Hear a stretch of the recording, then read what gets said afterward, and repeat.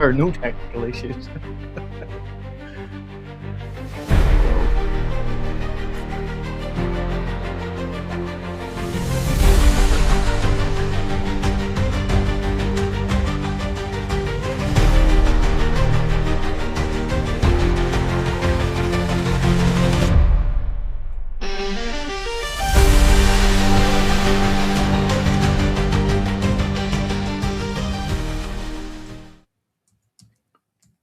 Okay, guys, welcome to the Prophetic Outlook. We are on at a slightly earlier time today, so I know people will come on in a few minutes, but that's simply to fit in with my timetable and calendar, and it's been a bit of a crazy week. As you can see, we have our good friend John Holler back on, and we've got a lot of stuff to talk about this evening. And you might be aware of certain things that are going on in the world right now, how we're sort of heading down the road to, let's say, tumultuous chaos in the world, whether that's through wars or rumors of the wars or geopolitical shifting. And there's no better guest to have on to talk about this than John himself. So welcome. It's good. I know we were talking for a while off air, but probably could have. Do you know, I've done this before and I've mentioned this before. Is sometimes I get caught up in the conversation. And I remember doing a recording with Dr. Judd Burton on all things Nephilim and all the things like that. And I got so caught up in the conversation, I forgot to hit record. I did that too. I did that once. I did like 40 minutes with somebody. And I either forgot to hit go live or record. So we were able to shorten the 40 minutes down to like 39 minutes and 58 seconds the second time. Well, I had to, I think I messaged him just straight after and I said, "Oh, I'm really sorry. There were technical issues." I did not tell him that it was me. So he probably knows now, but that's my admission. So be sure to send him a timestamp link to this. Yeah. We have, like I said, loads to talk about. And certainly probably the most obvious place to start, in my opinion, is everything that is happening in terms of the mobilization toward Iran, the mobilization in the Middle East. I think this is the biggest mobilization, certainly in terms of the US and allied forces, since the Iraq War. And I guess off the bat, before we go down the route that we know we're going down, do you think that we're coming to a point in which finally the kind of answer to the plea of the Iranian people is going to be answered? I think it's a very difficult question to answer. Mm-hmm. I think that the way that the information is being sort of leaked to the press today out of the White House, oh, by the way, hello, is sort of indicating that what should be expected is at least a month-long campaign mm-hmm. to do this. So I think it's I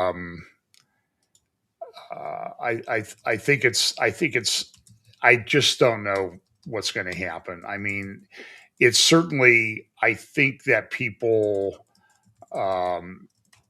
sort of got out. Well, we can use the analogy because the Olympics is sort of underway. Got out over their skis a bit. Yeah. Which is now we're probably looking at. I mean, we're approaching 6 weeks at least since Trump said, "We've got your back. Help is on the way," and mm-hmm. help hasn't been on the way. Now, there may be some things that are being done in Iran in the background through special forces and that type of thing. It seems like they've had a lot of explosions in Iran. Yeah. Which nobody will admit or take credit for. So that may be part of some low-level warfare that's going on. But certainly in terms of taking out the regime, I think that the big fear that I have and that everybody has, and I'm sure we'll develop this a little bit more as we talk today, is that this is a very tricky thing to do. The Hmm. Iranian people are not armed. We've seen over the last month, well, probably 5 weeks now, there's pretty good evidence that the number killed may be approaching or exceeding 200,000 people.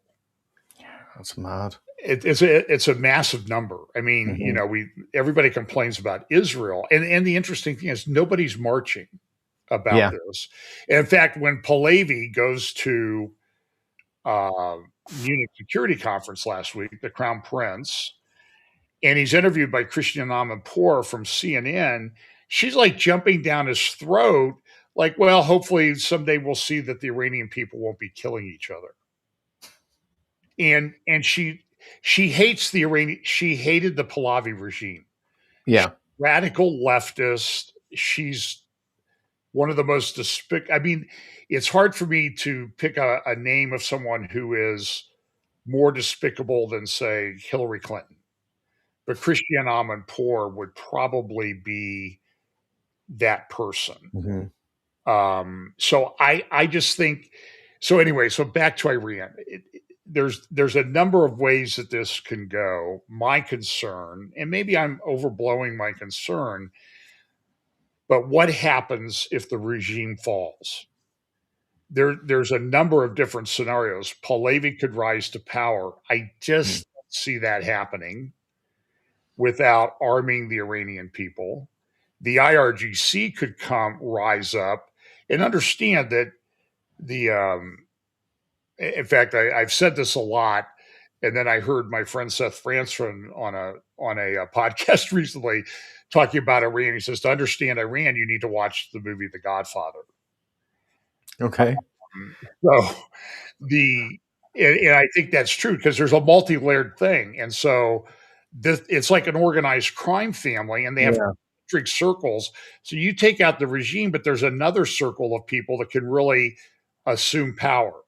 And then the political government, like Przeshkin, or however you say his name, the president, and those guys, they're just sort of hanging around the periphery anyway, Mhm. best of circumstances. And of course, that's who we're negotiating with. So the IRGC and the militias probably have 1 million people, Mhm. 1 million men in a country of 92 million. It's hard to do this. So the concern is the country could just, the IRGC could come in, which is just as bad, if not worse. They're not going to be in favor of Israel or anything like that. Mhm. Or the country could descend into chaos, civil war. And the example we have of recent history is Syria. Syria was 23 million people when it started in March of 2011. Mhm. Probably 1 million people have died. And we have millions of refugees. And last I saw, although with the Turkish takeover of Syria, which we will talk about, Yeah. a lot of refugees have started to come back into Syria. So, and I think there's some coming from Jordan as well that have been in huge refugee camps, and some from Lebanon, which have really caused huge problems in those countries. But the last I saw was the Syrian population was around 13 or 14 million, which meant Mhm. in 2011, 23 million to a 14, 13 million today. And I think that over half of the country was displaced from 2011 to 2020. In other words, they did not live where they had lived in 2011. I mean, can you imagine that happening in the United States? That would be 165 million people. Yeah. And so I think that's part of the concern of the surrounding countries is that there would be a massive number of refugees, and that would Mhm. cause destabilization in Saudi Arabia, in countries that border on it, in Iraq, in Syria, in Turkey. And then the other concern I have is, and I've sent you some stuff on this, is, and I think I listen to Israeli security experts a lot on different channels and podcasts, and you got to kind of tune your ear to hear them. And they say they're concerned that Turkey could come in to pick up the pieces. So when we took of it in terms Yeah. of Bible prophecy, we say, well, it has to be Persia, it has to be clearly Turkey is a major component of this Ezekiel 38, 39 thing that we talked about all the time. Hmm. And in other countries that are sort of within an Islamic coalition against Israel, coming against Israel. But the interesting thing is, it doesn't tell us what the political makeup of these Yeah. countries is. So we see Persia, we see clearly Turkey, we see Libya, we see Sudan, and we see these other countries, but it doesn't say, okay, when this happens, there'll be Islamic Caliphate type countries. But now, so what I try to say is when I talk about this is that Bible prophecy unfolds in a real world. I mean, Yeah. there's a real geopolitical world with people living in it and everything. And so the scriptures that we kind of talk about academically over all these years, all of a sudden, boom, here we are with, hey, wait a minute, it's it's in the world we live in. And then we Hmm. add in like all the stuff going on with AI that we were talking about before we started this program and that I do on the roundtables. It's kind of shocking that it's all, as I've said, it converges, it accelerates and it converges all at the same time. I think it's really interesting when you look at that because if Turkey are, if there is this displacement happening, if there is this vacuum, which actually to me, reading through Jeremiah 49, certainly from 35 to 39, that would actually fit a potential outcome because we know that there's a dispelling of the princes. So there's those who will leave. Current regime, Khamenei and all his cohorts go, but then we see that there has to be an Iran when it comes to, or a Persia when it comes to Ezekiel 38. But it would make sense in a number of different levels. Certainly, the ideological differences would be quashed if Turkey was in there and Turkey was kind of ruling the roost or leading the way, filling the vacuum, so to speak. So if that's the potential scenario, and I know we were talking on and we were messaging back and forward about this in regards to, let's say, in regards to Recep Tayyip Erdogan. You sent me an interesting let me see video. I'll just show this very quickly. I think Well, it's like can I set the context? Is this the yeah, one you with, go ahead. Yeah. okay, this is I-24 News. If it's, well, I think I only sent you one video. No, you This sent me was, two. You sent me the X one, which is the oh, Jerusalem one. the AI generated one. Yeah. Yeah. Yeah. We'll So this, talk about that one later. This is Ruth Wasserman Landy, right? yeah. Okay. She's a security analyst, former diplomat, spent a number of years as an Israeli diplomat in Egypt. She was a member of the Knesset for a time, and she's an excellent commentator. You should go follow her on X, follow her on Facebook. And then she's had a number of articles in the last few. It's a Jerusalem report. It's part of the Jerusalem Post publication Hmm. set, but you can find her articles at Jerusalem Post, and she's very bright, very articulate. I know she speaks Arabic, Hebrew, and English. I have enough trouble with one language. I don't know how people do that, Yeah, but that's just showing off. I know that's a different mind than I have, I Yeah. think.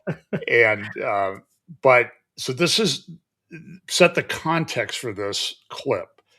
Hmm. This is December 8th of 2025, so about Hmm. 2 months ago, Yeah. and she was on I-24 News, Middle East Now, and she's usually on there once a week, but they only get these little 2 or 3 minute clips. So pray that I Hmm. can get an interview with her. We'll give her a longer time to talk. That was the 1 year anniversary of the fall of Damascus. Hmm. That's a very significant thing, and I'll talk more about that later. And so she's talking on the 1 year anniversary. And so they're talking about Syria and what's going on with Syria, Syria this, Syria that. And then this is what she has to say. Okay. How now does Israel work to keep the Turks from the door? So one issue that I'd like to comment on, I completely respect and agree with every word you said, but I would even go further and say that it's not that Israel is afraid that Turkey will take over or use Syria as a stepping stone towards Israel.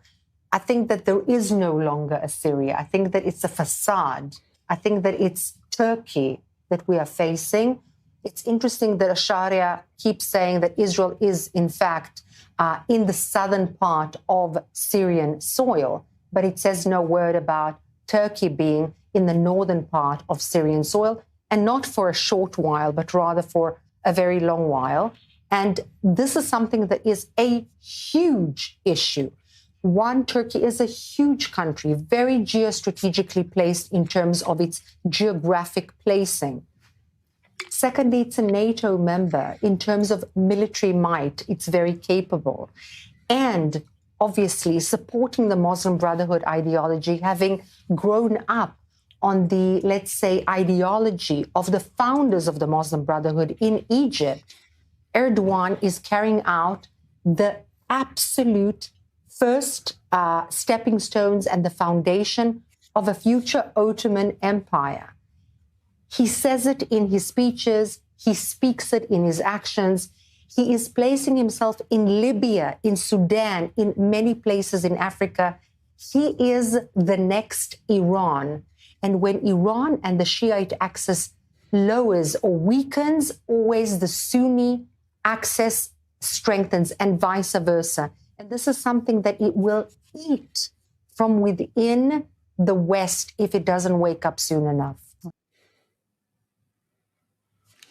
It's really interesting, you know, the fact that that's just being seen. And so off the back of that, how significant is, as a, like I say, a strategic vantage point, is the sort of coup d'etat, taking over of the Assad regime or removal of the Assad regime and the establishment of Giuliani under Turkey's influence?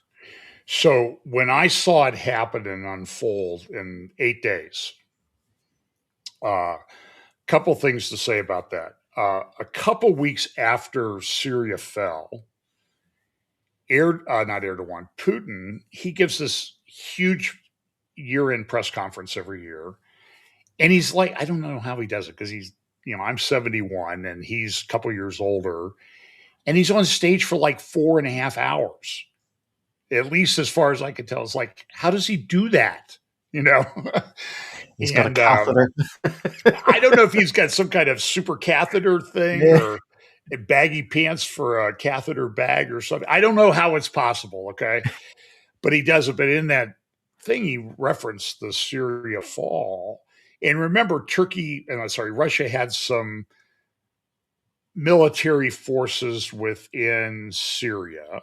Mm-hmm. They had come in and helped Syria. There's a very famous video I have somewhere in my archive of Putin coming to do something in Syria when they're bringing military equipment in, and they're at the base, and Putin is at the podium, is walking to the podium, and Assad is there, and he starts to walk forward, and the Russian military attaché puts his hand out and stops him, and it's like, no, Putin is in charge. Mm-hmm. You need to step back. And so they destroyed Syria.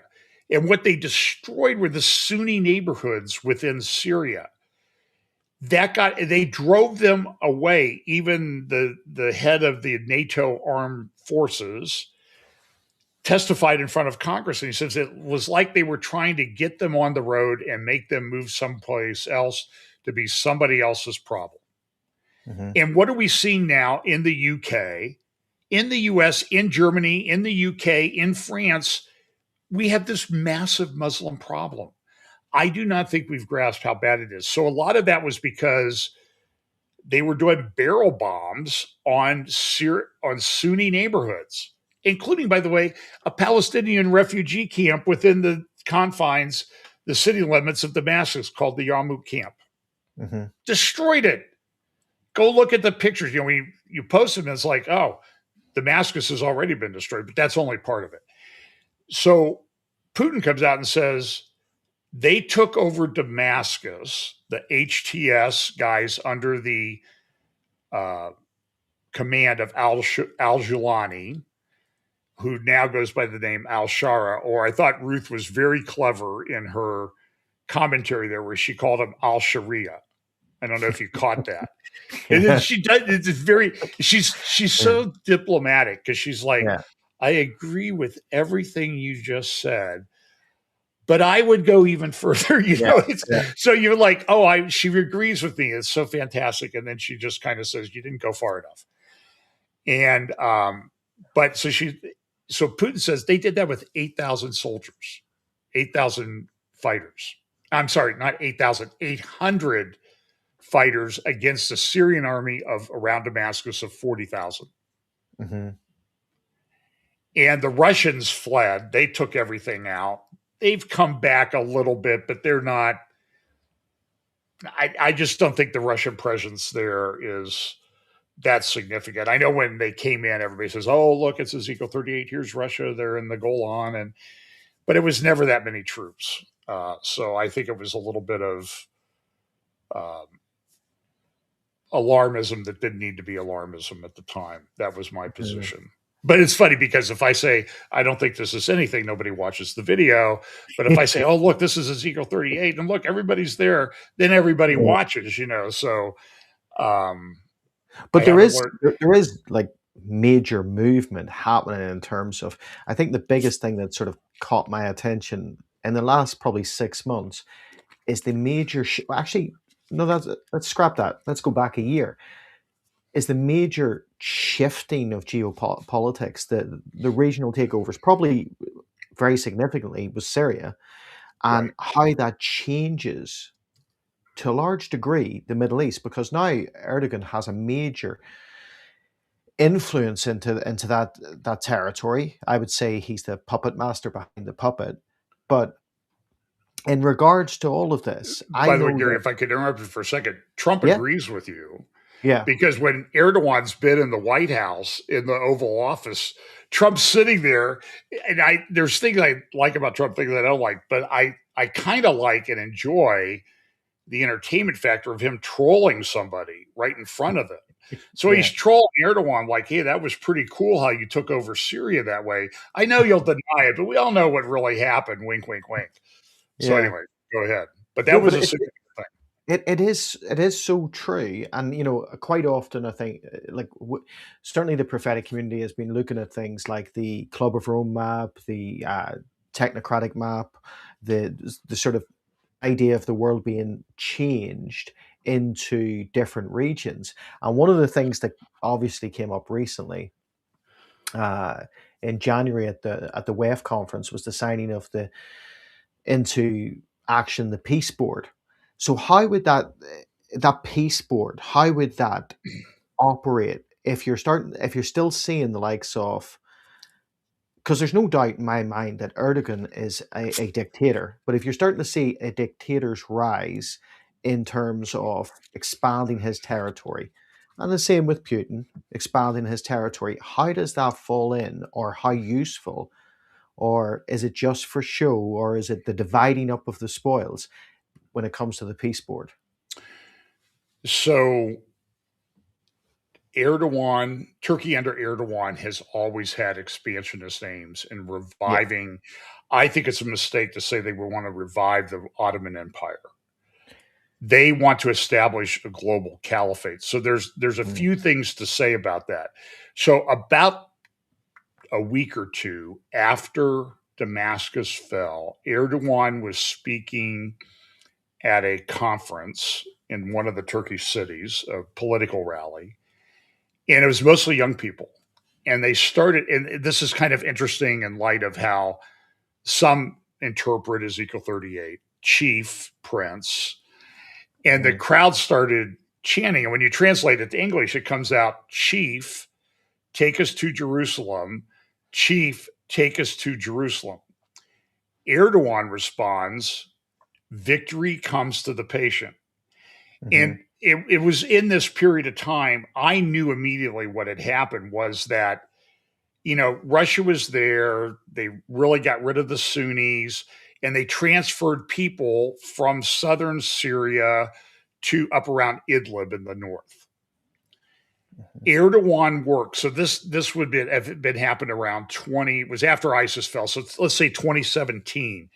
So for 7 years, Erdogan carefully cobbled together a coalition of these jihadi types and got them organized under al-Jilani to take advantage of a situation when it looked like the strike would be effective. And it was incredibly effective. 8 days. And Damascus falls, the ratio is 40,000 to 800 in terms of fighters. Yeah. And then, so Russia leaves, Erdogan has accomplished it. So right after, not too long, Erdogan's in a coalition of parties in Turkey, even though he is pretty much an absolute dictator. Now, I'll talk about that in just a second. But another one of his coalition partners is doing a rally. And he said, if Damascus has fallen, the fall of Jerusalem is imminent. Okay. That's the mindset. And so, and understand that Erdogan was mayor of Istanbul back, before 2000, the year 2000. He became leader of Turkey in 2003. At that time, he was the prime minister, and he term limited out as a prime minister. He's a radical Islamist. He's a Muslim Brotherhood guy, as Ruth Landy said in that interview or that clip you played. And understand, Turkey is the Muslim Brotherhood muscle, and Qatar is the Muslim Brotherhood finance arm.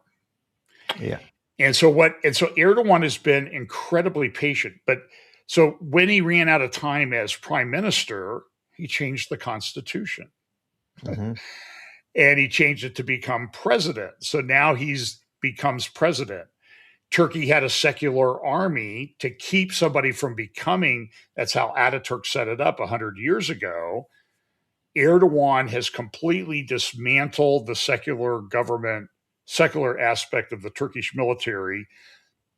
It's now Islamic.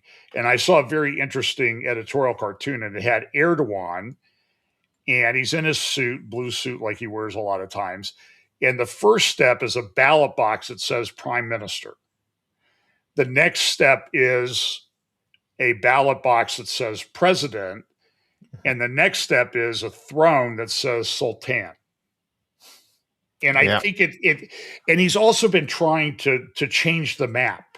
Mm-hmm. Remember, he kept expanding the buffer zone in Syria to protect his country from the Kurdish terrorists, who he thinks they're all terrorists. Yeah.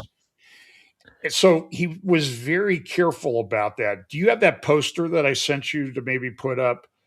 That would be the poster of the rally that took place in Istanbul on January 1st, 2025. Hold on. Can you see it flicking up here? I don't see it right at the moment. I'm not sure if I've got the right one. It's got a picture of like a sun rising. It's half Turkish flag and half Palestinian. No, I think I've lost that one. Or I've probably got it on the system, but forgot to sort of switch it over to here. I think. Is there a way? Do I have the ability to? You can screen share. See that? Can you see what I'm highlighting now? No, I can't see anything. Can you see the microphone? Then there's the camera. Then there's a cog, and then there's a screen with an arrow. Okay. Oh, that, yeah. Yeah. So you can screen share there. Okay.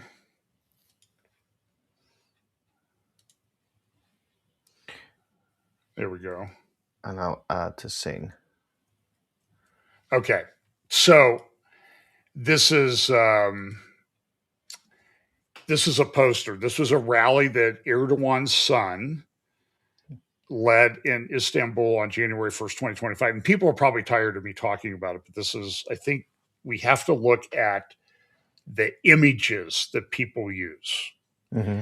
And so this says here, the white thing is, hang on a second here. I've got the white words mean, it says a sun is rising. Now, it's kind of interesting, I think a double entendre intentionally. Mm-hmm. It's a son, half Turkey, half Palestinian, but it's led by the son of Erdogan. Yeah. So, and this is the second one that he led. He led another one this year. There was another on the same bridge in Istanbul. But then there's these words at the top, and they are tied to the images below. So the image below on the left is Hagia Sophia. Mm-hmm. So it says, yesterday, Hagia Sophia, Hagia Sophia. 5 years ago, Erdogan turned Hagia Sophia back into a mosque. It was a mosque, but it's the largest church ever built in the history of Christianity. The symbolism is incredible. I have taken over the largest church in Christianity and turned it into a mosque. This is our divine path. I mean, I've got the speech that he gave when he rededicated it as a mosque, put up all this Muslim, calligraphy and that type of thing. The largest church ever built in Christianity. Then in the middle, it says, today, Umayyad. Now, what is Umayyad? Umayyad was the largest Islamic caliphate dynasty in the history of Islam. It took all of the area from Persia, Saudi Arabia, Northern Africa, the Middle East, Turkey, into Spain, even up into France. Mm-hmm. Now, at its height, it lasted about 90 years, but it controlled Spain up until 1492, which is kind of an important date for Americans, and Columbus and leaving to go. And probably he was Jewish and was getting kicked out of Spain, so he was an explorer. That's my opinion, but he was converted.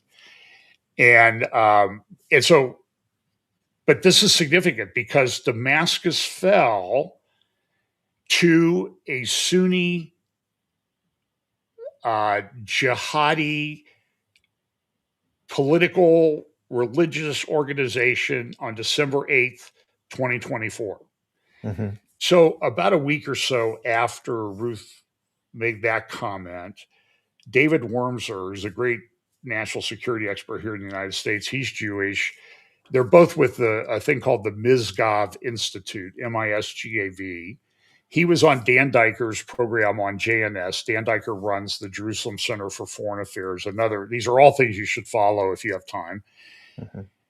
And he made an incredibly interesting comment that I've not heard anybody else make, but it's absolutely 100% true. He says,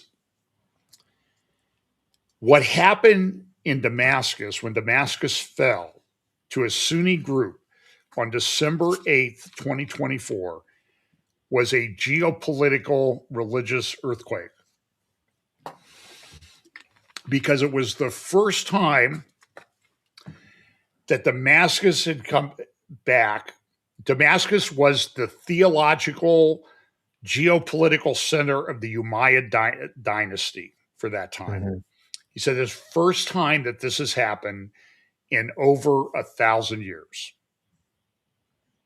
And so what you're saying is you're seeing sort of all these little pieces falling in place very quickly just in the last year and 2 months. And he said this is a geopolitical earthquake and religious earthquake, because to the Muslim mindset, and if you follow Erdogan's son, you see this, and you understand that they're having the rally on the morning of July 1st. Now, what do people do on the night before? Is they go out and party, right? Mm-hmm. But they schedule the rally early in the morning. They have hundreds of thousands of people show up because it is to demonstrate that we are the pure Islamic thinkers that are doing this. We didn't go out and party last night. We were at home resting so we could come support our oppressed Palestinian brothers and sisters. And so it's a lot of imagery and fluff and everything. So this poster, I think, it's not a poster to come to a rally. It's the battle plan. And then the last thing on the right, we all see this. This is the imagery, the Dome of the Rock on the Temple Mount in Jerusalem. And the poster says, tomorrow, Al-Aqsa. And, this is what has always been sort of the pivot point for stirring up the Arabs and the Muslims against Israel. Happened back in the 1920s and the Hajj al-Assi, the Hebron massacre occurred in 1929 because the Hajj had said the Jews were coming to destroy Al-Aqsa. Now, Al-Aqsa is the mosque. Now they consider the whole compound Al-Aqsa, including the mosque and the other mosques that they built, the underground one and the Eastern Gate and the Dome of the Rock. That's the whole compound is Al-Aqsa. And that's when Hamas attacked Israel on October 7th, 2023. This was the Al-Aqsa flood. That's what they called it. Well, it might be worth showing this video then. Here, let me turn off my screen here. Okay, so you're going to share this video. This is one it popped up in my feed this morning. So because I follow Turkey, I am inundated every day with all kinds of Turkey propaganda information and everything. I'll talk a little bit more about, but this one popped up this morning. Yeah. So go ahead. That's Erdogan. Zafer bizim olacak.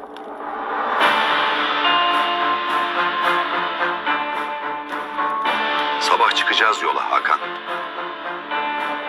İnna fetahna leke fethan mubina ve yansuраkallahu nasran aziza. Doğrusu biz sana apaçık bir fethi ihsan ettik. Ve sana Allah. Okay. It's stuck there. Hold on. That's fine. No, I don't know if that was all or not. But anyway, you get the point is it's all the imagery about we're marching to Al-Aqsa. And so there's also so the security experts I see, Ruth Wasserman Landy, David Wormser, other people, they're all talking like, watch Turkey, pay attention to Turkey. Yeah. And I think I told you I was at a prophecy conference in Arizona with Bill Koenig and I think David Hawking and Chuck Missler were there. And after the conference was over, I got invited to the pastor's house for dinner in Peoria, Arizona, Phoenix area. And ended up, it was Bill Koenig and I sitting at a table with Chuck Missler. So I'd known Chuck for a while. He was a friend. And I always like talking to Chuck because sometimes in those private moments at a conference, you learn a lot more than you do with the talks they give. So I said, Chuck, are you really excited about all this stuff happening? He goes, yeah, I am. But what I'm watching is Turkey. And when I see Turkey start to flip even more overtly than it has so far, then I'm going to get excited. So I don't know what he would say if he was here. I'm sure he would be saying, yeah, you should pay attention to it. And, and so I've been watching him writing about Turkey for 15, 16 years now, following that conversation, which was either 2009. So it's 17 years ago, roughly. Well, let's talk about this in terms, because I know that some don't see your view as the standard view accepted now. I see that there's weight to it. So, and one of the things that I'm reminded of is the rabbinic sage, the Vilna Gaon. Now, that was a title given to an individual who was classed as the greatest intellect for 1,000 years. And he put a lot of significance on Turkey in terms of end times. One of the quotes that you get from his writings is that when you see Russia in Turkey, now I don't know whether that means an alliance or whether that means that Russia's being brought along, it's time to put on your Shabbat clothing because the time of the Messiah is at hand. Now, again, not putting a lot of weight into his predictions or anything like that. I just think it's interesting because I know that Derek Gilbert puts a lot of etymological evidence in terms of Magog being associated as Turkey. That's correct. Joel Richardson does as well. Yeah, and I can see that if we take the Table of Nations, that Magog is a place that becomes a tribe in Turkey as well. So if you were to lay this out now, I think we've seen this alliance. I think, like, when we talk about the major players in the Ezekiel 38 alliance, we've seen this alliance probably come to form heavier and heavier from about 2019. It started to get closer and closer. Right. But will it be Turkey that directs all of this? We just saw that clip. Will it be Turkey that directs the Ezekiel 38 hook? Is the hook going to be in the jaw of whether it's Erdogan or Erdogan's son? Is it going to be in that jaw as opposed to what the consensus tends to be as Putin? So look, my view is, so I'll give you where I lean towards, but when I lean towards it, I'm also sort of, I'm an attorney. So I would have to go defend. I mean, I saw these pictures of the attorney of the Les Wexner in the Epstein files, and I know the guy because I've had a case with him about a property, and although he would not identify Mr. Wexner, you had to be a complete moron to know that. To not know or not figure out that this was Mr. Wexner who he was representing, even though it had a funny LLC name that they'd made up for it. So it was clear. And he kind of came over to kind of put the strong arm on me. So I know these guys. So, but you need to understand is, we get a case and we have a client to represent and a case to present, and we do the best job that we can. But one of the things you have to be very careful when you're putting a case together is that, and this is the problem of every young lawyer, and I see it across our community as well, is that you know the position that you want or you think is right, and then everything in the world proves that case. So your position becomes a hammer, and then everything in the world is a nail for you to pound on with your end time position. So I'm not totally rejecting Russia. I do think that Turkey is way more significant than a lot of people want to let on. I talk about it at conferences, but I will be honest with you. I'm doing a conference this is kind of unusual. Derek and I are going to do a conference this summer in Ohio. And, it's like, here are two guys who look at Turkey this way at the same place. I don't hear it mentioned hardly at all. I don't understand it because it's clear that Turkey is part of this. And we see Turkey rising. The information I get about their military capabilities, unmanned jets, drones, they're building more ships than any other country in the world now, except China. They build more ships than the U.S. does. So, because they still have an industrial base, they're pushing 90 million people. They're about 4 million people less than Iran. By the way, I wanted to make the point about Iran. If 1 million out of 23 million died in a civil war in Syria, you could have 4 million people die in Iran over the next few years. I mean, this is an epic time. And I don't want to see any of that, but I just know that I can read scriptures. So Turkey's rising. And so I don't totally reject Russia, but I don't think that everything that happens proves that Russia's rising to power. Let's be honest, Russia's bogged down in Ukraine. All these pro-Russian guys, Douglas McGregor, John Mersheimer, Scott Ritter, the Duran. I had people write, "Oh, John, you don't understand. Russia's going to roll over Turkey or Ukraine in 2 weeks." Yeah. Next week will be the 4-year anniversary of that. Well, Sunday will be the 4-year anniversary. I remember Douglas McGregor coming out with that. And I also heard somebody recently say, whatever you talk in terms of foreign policy, and if Douglas McGregor gives an opinion, it will usually be the opposite that unfolds. So, well, and that's like Mersheimer. Mersheimer hates Jews. He wrote the co-authored the Israel Lobby book. He hates Israel. He hates Jews. He thinks they control everything and they're responsible for everything. And they control the media, which makes no sense because they're lambasted in the media every day for being evil. But if they control the media, why is that happening? But Mersheimer, I saw a video once. Somebody posted a video in Exodus. I'm watching Mersheimer. And I listened to it, and he was right on everything. I immediately knew it was AI generated because Mersheimer is never right on anything. So so that's a way to judge AI. Yeah. You should know the guy's position.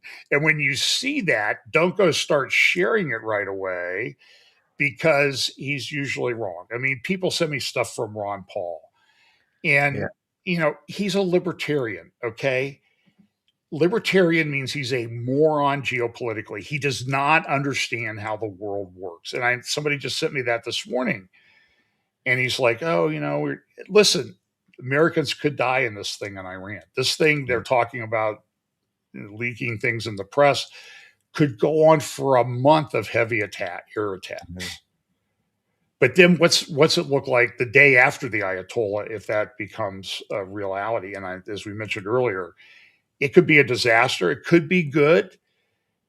But the other one is, and I sent you some other material from some people, this is what they're reporting, that when al-Jilani came to the White House in early November with a White House Oval Office meeting, big, pomp and circumstance welcome, and he's in the White House, that there was some kind of deal struck. But guess who else was there at the White House at the same time? Hakan Fidan, the foreign minister of Turkey, used to be head of the Turkish secret police. And there they are in the White House getting ready for the meeting with Trump. And so supposedly out of that meeting, curated by Thomas Barak, who I think is a corrupt, idiotic foreign policy guy in the United States. I don't know why he's allowed to do what he does. He's very pro-Israel. He's very pro-Turkey. People ask around the United States, is Barack the ambassador of the United States to Turkey, or is the Turkish ambassador to the United States? Because you wonder who he's representing. Yeah. But there was some kind of deal struck, which, listen, let's support Turkey and Syria. And when Iran goes down, Turkey can step in and lead it. Now, that's a perfect scenario for how the Ottoman Empire or the Ottoman Empire operated things. You were kind of allowed your local control and stuff, but you were ultimately submissive to the Sultan who ran the Ottoman Empire. So the suggestion is that Turkey may come in to pick up the pieces in Iran. And I'm telling you, I'm hearing Israeli security experts, I'm not going to identify them because they're private conversations. They are talking about the same thing. So this is not some nutty off the wall idea. Now, I'm just going to suggest to you, and I know that there's in fact, I just did something with Olivier Melnick and we disagree, that a lot of prophecy, in my view, can have multiple fulfillments. Yes. So when I look, and Olivier disagrees with that, so we can argue about that at some other point. He's still a really good friend. So I have suggested, so I passed that around. I got that security report. It came from a Kurdish source, and I passed it around to some Bible prophecy guys. And do you know, every one of them said, whoa, wait a minute. That sounds like Daniel chapter 8, the ram, Persia, and the goat coming from the west to take over Persia. So, as I said earlier, when we see the prophecies in Ezekiel 38, 39, and it mentions Persia, it never tells us is Persia in submission to somebody? Is Persia in an alliance with somebody, or is Persia really under the control of somebody else? And we always talk about it, though. I mean, I hear everybody says, so, Putin has, there's supposedly, there's not supposedly, there's this like 25-year, some kind of agreement between Iran and Russia. And so we see that, and all the Russian guys who think Russia's the head of this thing in Ezekiel 38, they get all excited. Russia, Russia, Russia. This supports my view. But then you got to drill into the details of it, and maybe it's not that strong of an alliance. And you're going to see this, I can almost guarantee you. So today, one of the intelligence X accounts that I follow, Intel Sky, I think I sent you a picture of it. They had this picture, and what do you see? Russian warship in the port there in the southern part of Syria. Now, it's just a naval boat, okay? It's not the Russian Navy, so don't get too excited about it. But it's a data point. Now, if I was running things, which will never happen, I hope my wife lets me go play golf a lot. That's that's important to me. And so me running the world is not going to happen. But if I was Trump and I believe there's a Chinese boat there too. So if I saw a China boat and a Russian boat there, I'd pick up the phone. Hey, Vlad, AG, we're going to war with Iran on our terms when we think it's right. And if you don't want your ship to get blasted, get it out of there. This is your warning. You have 12 hours or whatever. And everything is on you. And then I would leak that phone call to the press. Yeah. Because you got to control the narrative. So that's how I would handle it. But, nobody's called me since we started talking. So, but I think all of this stuff is very interesting. So I'm just saying is, you don't have to believe in double fulfillment of prophecy. So, and let me just say this too. I do listen to some Jewish rabbis, some of whom hate the United States, hate Christians, but they also talk about Ezekiel 38, and some of them are pretty smart. So I'll give you two examples. So one, there's one younger rabbi that I listen to occasionally, and he believes Edom is Christianity in the West. Okay. So when he sees the prophecies in Obadiah, he sees Edom, and he says, "Oh, well, that's the West is going to be taken care of and destroyed in the prophecy of Obadiah." Now, my response to that is, it's possible you're correct about that, but don't ignore the Edom right under your nose, the Palestinians. In other words, don't be looking for Edom in all the wrong places.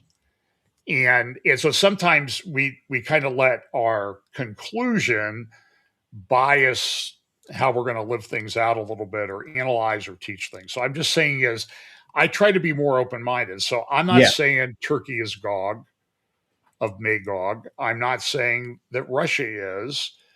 I lean towards Turkey. And I also know that if you just do a survey of maps and Bibles, I think it's pretty clear that the majority of them have Magog in Turkey. And so I think this is where some people come from on like Derek Gilbert. And understand too, it's tricky, because some people say, well, the people group, they were here then, and when Ezekiel wrote, and then they moved. And when you do that, everybody's spread throughout all the world. And I think Ezekiel was looking at, they're coming from this area, and he's describing it in the terms that he knows. Well, I think that a large sort of contingent, and I'm open. I know who's involved in terms of the alliance, and I'm open to, which one is the dominant player in this. But I know that Herodotus, the father of ancient history, he talked about the Scythians, and the Scythians go up toward what would have been probably more in line with the old USSR, that sort of territory, right? So that's where a lot of people would then also turn around and say, well, then that's what we're talking about, the Scythians, Magog, and they're all the same people, and they're up there. But then you turn around and you take it against the Table of Nations, or you take the etymology, and it's part and parcel. I wonder if the reason a lot of people look over Turkey's significance in this is because they want to stay away from the Islamic factor. So there was a massive swing before, which people saying that because there's a significant overlay with the Mahdi and the sort of the Antichrist that we see in terms of the White Rider, Revelation 6, and all of that, and this overlay. People then say, well, there was this move that Islam, the Antichrist is going to be Islamic. Now, I can't see that being the case because I can't see him being accepted, certainly within, maybe there's the odd caveat like Mohammed bin Salman or anything like that, but I'm just saying that I can't see him being accepted. So, but I think there's a problem. Maybe it's just the way I think. I think there's a problem within a lot of Christian interpretation because we throw the baby out with the bathwater because we don't like. We say, right, we're not taking the rest of it, and I think that's right. So we're anti-Muslim, so we say, well, it possibly couldn't be this thing in the end times. But then again, Gary, I just want to say, look at what's going on in Europe. Look what's going on in the UK. Look what's going on in Paris. Look what's going on in Germany. Germany, and one thing that, and I'm not rejecting it totally, the revived Roman Empire based in Europe, okay? It's possible, but the whole reason I came up with my logistics part of my grid was to analyze the revived Roman Empire based in Europe. Okay. Because I'm not seeing it. Germany industrial base is very much damaged. They don't want to raise an army right now. Their demographics have collapsed because if they did an army right now, a huge percentage of that, above 30, 40%, would be Islamic males. You don't want to arm them in Germany. And I interviewed Jonathan Spire a week ago, probably the best military correspondent in the Middle East. And he was in London. He's Israeli, lives in Israel, but he was in London visiting family. And we mentioned that. I mentioned you're in London. And he goes, oh, yeah, London has fallen. I don't think I'm speaking out of turn by sharing that quote. I think it's all the way around the UK and Ireland, both north and south. I was out yesterday on outreach, and we were out praying with people, and I was actually talking to 3 people at once. And at this point, and I'm telling them about Jesus, and we're witnessing to them, and we're asking them for prayer. A group of people walked past, and what was the chant? Allah Akbar. So they start chanting that over us as we're praying, and it's kind of the norm now. It's not like this is not what something that's every now and then. That this has become the norm. So it's definitely that. Like the UK, I know, for instance, like I've got family in London as well, and I would say they're further down the rabbit hole than what we are, probably due to the geographical makeup, but certainly it's gone in a way that in my upbringing I would never have foresaw it. Never foresaw it. Yeah, I was in London 7 years ago. It was shocking. I mean, I've shared this many times. We stayed at the Marriott Marble Arch. We had 50 television stations to select from on the TV. 10 of them were Arabic language. This is 4 blocks from Speaker's Corner in Hyde Park. Yeah. Across Hyde Park is Buckingham Palace. I saw more burqas on the streets of London in 2018 than I had when we were in Nablus in Samaria, the West Bank, Shechem, ancient city of Shechem, in 2017. on Moss Friday, by the way, on the Friday when they went to Moss. So I'm just saying is shot, and now New York is going that way. Well, it has gone everywhere. You go down to Cork, where, typical Irish city, and the number one name a couple of years ago for newborn babies was Muhammad. And like this is where I find it peculiar, because I was brought up, we had the Troubles. During the Troubles, I know that in my upbringing, we were quite insular because I didn't meet my first Catholic until I was 18 and at university. That was segregation. And now it's. Well, now if you went anti-Israel and said you were Catholic, you would get an award in a week, like Carrie Prejean. Yeah. So let me go back just a second. So I was talking about rabbis. So I was talking about the guy talking about Edom, and in his view, Edom represents the West, and the West is going to be destroyed, and there's prophecies about that. And I don't agree with that. That's just, and I'm just saying is be careful about that, because you're looking for Edom in all the wrong places when it might be right under your nose in Judea and Samaria, which I think is actually more accurate. Especially when you look at Ezekiel 36, the mountains of Israel, which Israel does not control. But we'll talk about that in a minute. But another guy he hates Christians and all that stuff. But he said, Gog and Magog passage is read in the synagogue on a set schedule, just like the Torah and that type of thing. Yeah. When is Gog and Magog read in that portion of the prophets read in the synagogue on a set schedule? On the Feast of Tabernacles. Okay.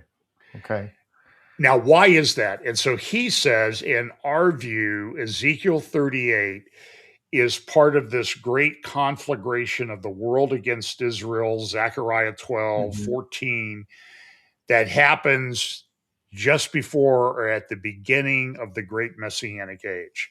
Now, to us as a Christian, we would say, if we put it in our terms, we would say, yeah, it's right. It's Armageddon leading up to the millennial kingdom. Now, a lot of people get upset with that when I say that. And it's like, I'm not saying it's correct. He also makes an interesting point. Sometimes these prophecies, they happen, they're fulfilled, and then we can say, oh, yeah, that's what that was. Yeah. I'll use an example for Christians.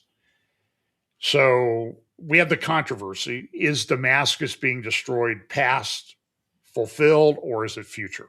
I think it's future. And if it's future, by the way, it would seem that when all this stuff starts to unfold, Damascus is kind of important. Well, what just happened to Damascus a little over a year ago that a Jewish security guy says is a geopolitical religious earthquake?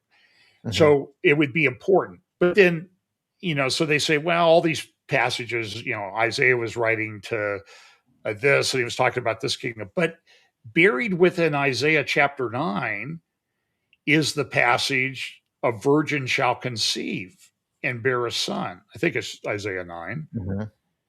Well, and so I look at that. Now, first of all, some people would say, well, Isaiah was prophesying about somebody at his time, but this is how Jewish prophecy works: about his time, about the future time, and yet the first coming of Christ and the second coming of Christ.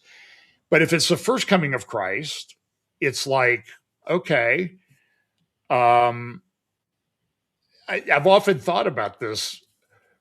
So if somebody took that prophecy seriously, that the Messiah would be born of a virgin from the tribe of, from the lineage of David and the tribe of Judah, were rabbis running around Judea in the first century BC, leading up to the birth of Christ, saying, you got any pregnant virgins around? Especially when they add in the Daniel 9 prophecy of the 70 weeks. It's like, we should know that this is the time. And the answer is, I just wonder what happened when Matthew comes out and says, this is that which was prophesied. And it's like, Oh, big swing and a miss on that one, guys. We weren't even looking for that, but here it is, fulfilled prophecy. So sometimes I think this is how some of this stuff is going to happen. That makes me think of the Messiah scroll from the Qumran cave findings. I think it's 11Q13, I think, and it talks about the Messiah being predicted for 30 to 32 AD for his death and his or his death and his resurrection. Now, so that makes me think there's an awful lot of the contingent, probably like now, there's a lot of, probably the majority of Christianity is not looking through a prophetic lens. They're not looking up, they're not looking for things to unfold, they're not looking for the signs of the season, but some are. And those ones who are have got their eyes trained at least on scripture, or trained on the scripture, and to not be dangerous to superimplant scripture upon the events, but rather to see the events unfold through scripture. And I guess with all of that sort of being said, that you had the likes of the Essenes who were very much dominant in that area. There's another scroll called the War Scroll, and I don't know if you've ever looked at that, but it talks about an end time sequence of wars, of battles, a best of 7 between the sons of light and the sons of Belial. And again, this is the sort of thing of trying to sort of look at prophecy and not superimplant, because I've often wondered, when would that have started, if it has started, or will it start in the future? It ends with Armageddon. So Megiddo is in the last 7 years, obviously towards the end of the last 7 years. But I think to myself, and I heard some people say this before, that they believe that this war on terror, and again, this gives the Islamic side a kind of higher importance in prophecy, they believe started in 2001 and 9/11 and the beginning of the war on terror. Now, I think that's conjecture, but I do see that there was a change there in terms of legislation that seems to be super fast right now. We had the Patriot Act. Now we've got the expansion of Section 702 in terms of data and surveillance and things like that. So do you think, this is a very long-winded question, but do you think that we're seeing wars, rumors of wars, positioning of a geopolitical new world order that even J.D. Vance has said, but do you think we're starting to see the end sprint, like the last 100 yards of the race? And are we going to see, certainly this year, do you think there's going to be a quickening of things, like a speeding up of this geopolitical move? So, long question. Answer, yes. Don't do that to me. Yes, period. No, so yeah, look, I don't know when I first sort of put my little grid together. It was probably 4 or 5 years ago. I was doing a conference in Canada, and I just was sort of like, yeah, I want to talk about logistics, because nobody ever talks about logistics. I want to talk about convergence and acceleration, and I've likened it to sort of the convergence of everything. It's like the vortex of a tornado, a little bit turbulent in that area. And then I've also added an understanding, because I also think that what Daniel 12 and Daniel 11 talks about, in the end, the wise will understand and instruct many, it says in Daniel 11. And so I think that that's actually I think a good way to look at it, in a desire to be paying attention. And I'll just say, you're right about the Islamic thing and control thing with 9/11 seem to kind of get on the same track. And now it's very interesting comment that Patrick Wood, longtime friend, probably 20 years, I guess, made in a roundtable. As we move into this beast system, monetary system, and what they're trying to do is they're trying to tokenize all of the assets, physical assets and things in the world. Yep. And Patrick makes the comment, I don't even know if you realize it, but it was like, That sounds like Islamic finance to me. Mm. And so, and the guys pushing tech like crazy outside the US are Saudi Arabia, China, and the United Arab Emirates. So I do think that a significant, I don't talk about it too much, but I do think that the Abraham Accords Mm-hmm. are very significant. When I was in Israel in December 2022 at a Christian Media Summit, everybody was all fired up about the Abraham Accords. They were fairly new. They had sessions, business sessions at the Media Summit where they brought finance guys and venture capitalists in. And they're all like, oh, this is going to be great. Look at all this money. And I remember saying to somebody, I think you need to be careful with those agreements with those Islamists because they may just be doing it because they're going to, when they get strong, then they'll come after you. That's a typical Islamic modality, the Hudna concept. You know, we'll make peace, and then it's a ruse. You know, we don't really believe it, but when we get strong, then we're going to break the peace.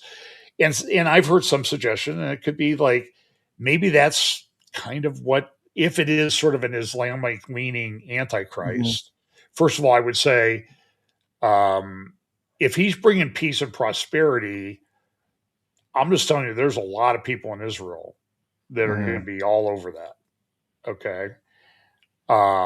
Because they're praising the Abraham Accords, and I'm like, I don't think it's that great. And I think one person that needs to be watched like a hawk is Jared Kushner. Mm-hmm.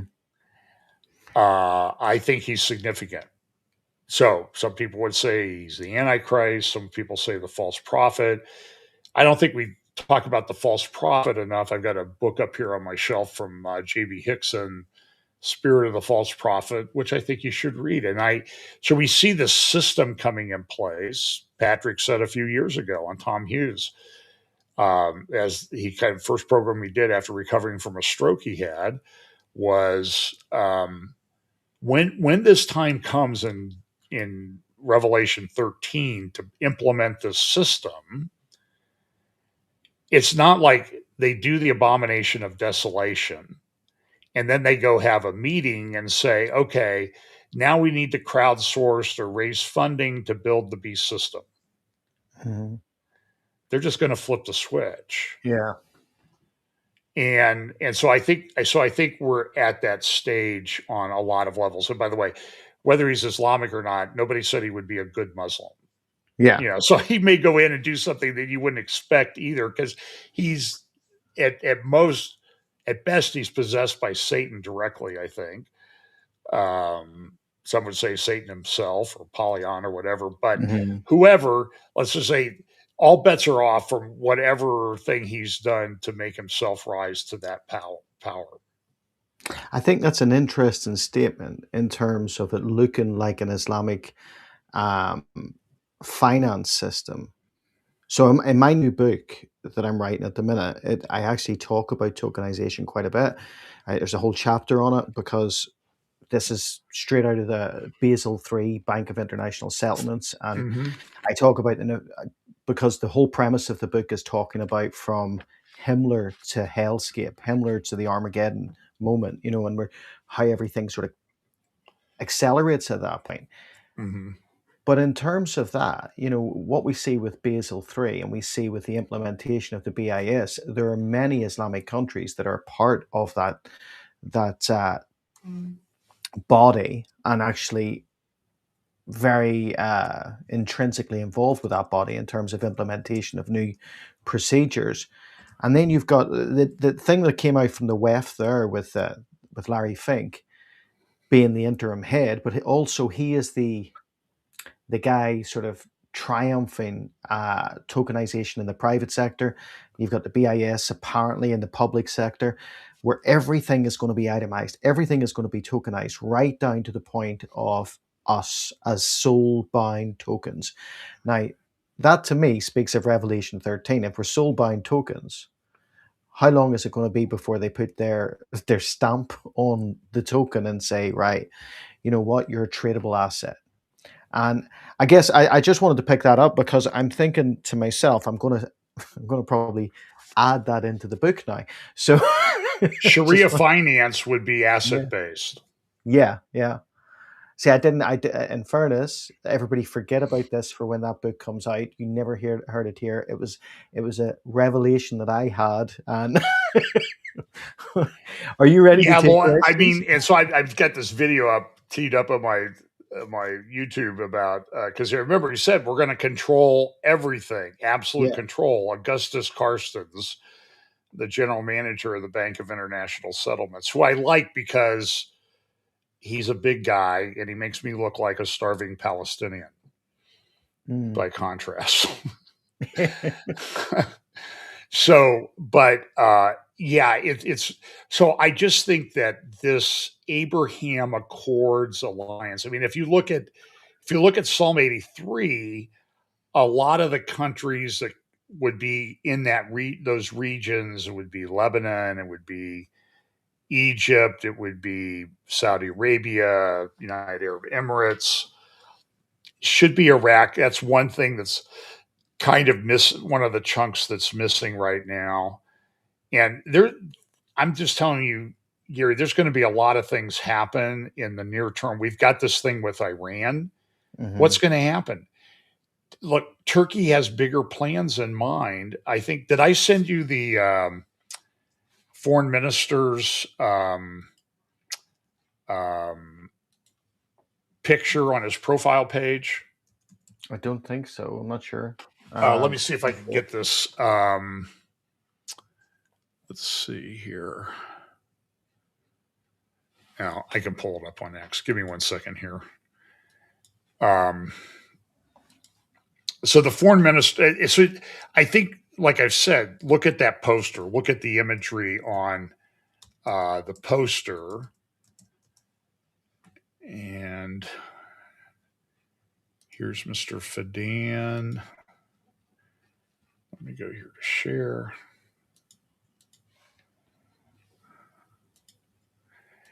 This is not the best image, but there you go. I don't know if you need to approve that to come up or. Yeah, it's going to come up now. Okay, so this is what he put on his profile pic about 2 weeks ago. And what do you see? You see the world, but you see a giant turkey in the middle that covers all of Europe, in the Middle East, and Northern Africa. Mm-hmm.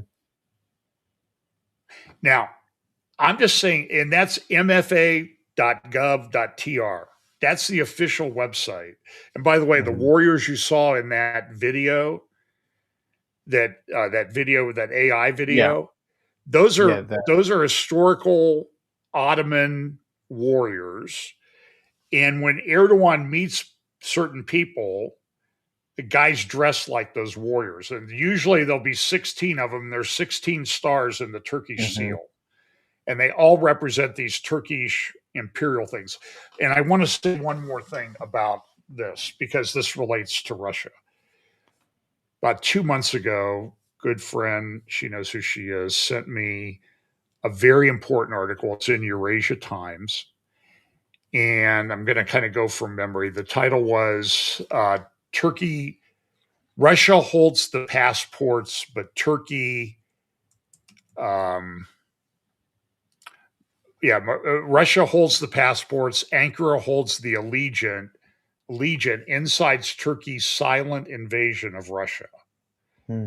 It's a very prescient article. So this is December 13th, Eurasian Times by Shay Gal. And in there he says, look, they're very tribal in the Middle East. Their tribal religious thing is Islam. And in this area, Turkmen ethnic tribe is very important. Mm-hmm. Well, what they're saying is, with agreements with Azerbaijan, under which they used the term, I can't remember what the title, it was there's a certain title of this thing. It was two nations, one people. It was this agreement that they entered into with Azerbaijan. And this is part of this trade corridor thing with Trump. Fully on board with this. And I've thought this too. So what's a hook in the jaw for Russia? Or why would Russia come into the Middle East? They don't need the gas. They have more gas than anybody on the planet. Now they're running out of people that can manage it. That's another issue because they're in demographic collapse, as is China, as is Europe, as is almost this is a very weird thing that I don't know how it plays into Bible prophecy. I know that it does for sure, but I'm not sure how. But I've often thought, well, maybe Russia has a Muslim problem. 10 years ago, Foreign Policy and other magazines were saying 25% of Moscow is Muslim. That was 10 years ago. Yeah. Huge percentage of the Russian forces in Chechnya, which was this breakaway Islamic republic that Putin's made peace with. The leader's a guy named Kadyrov, but Kadyrov's having health problems, and there's a lot of concern, is Russia going to be able to hold that together? But maybe Russia says, listen, all of you stand republics that are Islamic, if you let me alone, I'll help you get rid of the Israel problem. Maybe that's how they're drawn. That's one of the things to draw them in. And it would seem like it would work. Yeah. And now, so in Turkey, though, they've changed the textbooks where they're teaching kids. It's no longer called Central Asia. The Stan republics are now referred to on the map as Turkestan. Yeah. And there's an organization of Turkish states headed up by Turkey. And so maybe this Magog thing is all these Stan republics coming in. I mean, there's a whole, I would say, I don't think I could juggle all these balls because, I don't have that many. I need like 18 more arms to do that. So I just think there's a lot of things going on here so I think the Islamic component is huge, whether it's early 70th week or late 70th week. Well, it'll happen when it happens. And I just think we need to be open to saying, so that's how that is going to work out. Yeah. But I'm just telling you, Iran does it. Turkey does it. This stinking Dome of the Rock thing is everywhere in their imagery, even though it's not historically the site of Muhammad's knighthood. Yeah. Even Saudi Arabia admits that. And by the way, have you seen this thing? It's called King Salmon Gate. Sorry, I need to take that off. King Salmon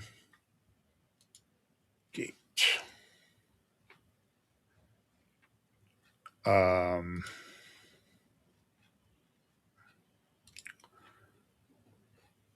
trying to. Well, I have a bigger picture of it, but I'll share this one. So the one thing that Turkey has done, or not Turkey, Saudi Arabia has done, is they've kind of backed off on Neom and they backed off on some of their other building projects, but this one just came out. This is in the lower portion, you see the Kaaba. By the way, the covering of the Kaaba was cut up. They change it every year. And part of that was cut up and sold to Jeffrey Epstein. That's kind of interesting. Wow. And he wanted that little temple on St. James, on Epstein Island or whatever. He wanted it to be modeled after a Turkish mosque. And you can find a picture of an exact copy of it. But so this is the Kaaba. Look at all the buildings these are under construction right now. They're huge buildings, and they're all pointed towards the mosque, the Kaaba, in the center of Mecca. This is called King Salman Gate. And so I personally think that a lot of things are going to change when King Solomon dies. I mean, he's probably got dementia. He's not about 90 years old now. Yeah. And he's like hanging on longer than, when is this guy just, let's get this show on the road and see what happens. So, but this is the plan that they have. And so I'm just saying this is reality of things that are being built. You've got this fantastic city, Dubai and Abu Dhabi and Doha and Qatar. So I don't know. And so I don't know. The Iraq component is one that's very fuzzy to me right now. I know there's some things being built there, but I just don't think it's that significant yet. I'm paying attention to it, but I don't know if it's there yet. Certainly at the site of ancient Babylon, there's nothing yet. Yeah. Now there's a port being built 350 miles away. Are you good for a few questions from the guys watching? Sure. Yeah. Let me see. I'm going to start with Pete's question. Oh, no, I don't know, except Pete Garcia. Well, all right. Well, we'll just leave Pete out. Actually, it's for me, I think. Hold on. Oh. Where are my glasses? No, I'd love Gary's thoughts with the rise of the UK Restore Party. So this is Rupert Lowe's party. Thoughts in general, I think the party has a lot of significance. It actually has a lot of weight behind it. And it probably, to me, would be the better choice than Reform. Reform with Farage has actually, I think, certainly Farage as when it came to certain elements with pre the WEF Davos thing in terms of the relations with America, I thought he was quite flimsy. He started talking about international law when it came to the likes of Venezuela and things like that. And so I think Rupert Lowe's a good choice. I think that the party's got good credentials that way. However, I think what it might do is the same as what we see here in Northern Ireland. We have a ton of unionist parties, conservative, and then we've got a few nationalist parties such as Sinn Féin and the SDLP. And what you tend to do, and we were always told, is the vote gets diluted because there's so many choices. And I think that might be the case, which is a little bit of a concern, because what we don't want what we don't want with these upcoming mayoral elections, and what we don't want with anything else coming down the pike, is any chance of Keir Starmer and the Labour government staying in power. That's the prayer. The prayer is that they're gone. So Steve Conn has asked, do you think it's going in the way of Ezekiel 37, 38 and 39, I think he means. I think we've kind of covered that, but I don't think, and by the way, if you have a question for Pete, I'd love to take it. I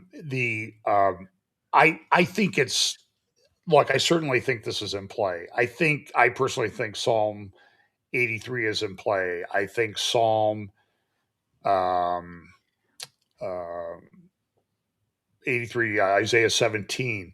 I think Ezekiel 36, 37 are in play. And I look at one of my favorite passages is Ezekiel 36, because it talks about them coming back in the land, but there's people there who possess the mountains, and the mountains have become our possession.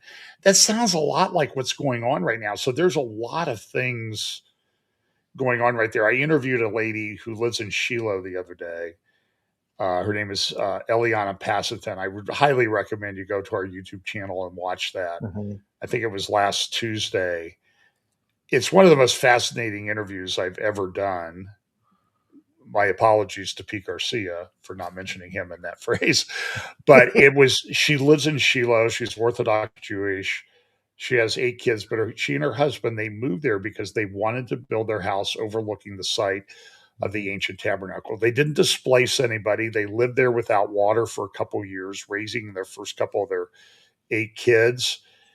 And it's just a fascinating story because she wanted to be tied to the land. And when I did my tour in Israel last fall, and I'll do another one around Sukkot this year, you can go to our church website if you want to join in on that, fbchapel.com. There's a link there at the top of the page to John Haller Israel Tour. But I wanted to go to places in the heartland where we would hear stories from people. So we went to the Israel guy's place. We went to Jeremy Gimpel and Arya Abramowitz and the Aragot farms that they've started down in the hills of Judea. We went to Hebron. We went to Efrat. We went to Gush Etzion. And everywhere we went, we met these incredible stories of people who are interested in the land. And so right now, so I can't say, for example, I would never say Ezekiel 36 has been fulfilled because there's still people in charge of the mountains that that have that. I was joking with Mike. I don't know if you know who Mike Spalding is, Calvary Chapel Lima. We're doing a little one-day conference in April, Gary Caw and I and Mike. And I just asked I said, so if we were doing a prophecy conference today, would we invite Daniel, Ezekiel, and Jeremiah to come speak? Because they might have a different opinion from us or something like that. Yeah. It was just it just occurred to me this morning, and I'm like, well, maybe we might. Jeremiah's kind of a Debbie Downer, and Obadiah, he's a real bummer. So we're not inviting him. I know that for sure. So. Yeah, well, I always think how many churches would Paul be banned from? So, right. They'd all be getting letters from him. So, Kevin is back has asked, thoughts on the ramifications of disclosure in 2026. So this is we already had Obama come out and he basically said, yes, they exist, That's not something I've ever really focused on that much. I'm aware of all the arguments and everything. At this point, I don't know what it would do. I don't know if it would shatter people's faith. That would be my biggest concern. Yeah. I don't know that it would scare people anymore into joining up with the control grid, because that's already well down the road, I think. And I mean, these people that are running things like in Europe, Marco Rubio goes there. The people in Europe are totally clueless about this. Yeah. But they're trying to put in a control grid to control all of us. So I don't know. I just don't know how disclosure changes that. I mean, did the disclosure of the Epstein files really? It made everybody upset, right? Yeah. Well, all I'll say is a church on Sunday. I got asked after church by someone about the idea of a disclosure coming up, and this is someone new to the faith, and his question was, will this rock everybody? Will people just turn away from the faith? And I said, only if pastors don't actually talk or teach on it, because there is the way I would look at any sort of disclosure of extraterrestrial, I never would see them as extraterrestrial, but interdimensional, and I would relate them like Chuck Missler did in terms of the demonic or the principalities or the powers, in terms of they line up, any encounter lines up with demonic encounters, demonic possession. And I think if people can see that it's the same idea that that certainly the secular world teaches, that the Bible just doesn't have the answer. But if the Bible does have the answer, we've got it. And this is why, teaching and talking about, like, I know churches won't talk about anything from Genesis 6 or any sort of rebellious state, but I think that we have to, because these are the questions that certainly from those who are new to the faith, they're like, well, what does that mean? Is there all these planets are made for no reason? I would point them to Psalm 19. No, they're singing out his praise, but it's I think that my fear is what he said would be the mentality of so many Christians, that if they found out that there was a disclosure, it would cause a great falling away. Yeah, if I think there's a disclosure, if a disclosure is made, I'm not falling away. I'm asking a whole lot of questions to gather data to see if this is really real or not. Because ultimately, I think this is a demonic thing Yeah. anyway. But I think that's the problem, is that, like, we're talking from a community that and a group that of people that teach prophecy and teach that, like to go line by line, precept by precept, but so much of the church doesn't. And I think that's my concern, is those people who are, 20 years into church and still being fed milk. Pete Garcia is here. He says, if there's a disclosure event and aliens showed up like tall humans, but they had Irish accents, what would you think? I think, Pete, stop trolling me. How many fingers? Yeah. I got 5 fingers. I'm a big guy, but I got only 5 fingers. I think if they had Irish accents, I'd probably trust them an awful lot more. Gary, I will say this. So our pastor who passed away 5 years ago from that virus, from treatment he was given for that virus, that's a whole long story, huge tragedy. He was investigating things around here. And where our church is located, we're sort of right in the middle of some really weird stuff. Okay. And I told Steve, don't get into this too much. Don't, be careful. But 10 minutes from my house is a place called White Lily Chapel. It's a church of witches. Go look them up on the internet. They have like spiritist stuff all the time. They have a big campground here near Ashley, Ohio. And then Steve was investigating. So he goes over to this local library. It's a private, kind of a public-private library. And he's looking through some of their documents there, and he finds a letter. Now, Steve is gone with the Lord, so he can't.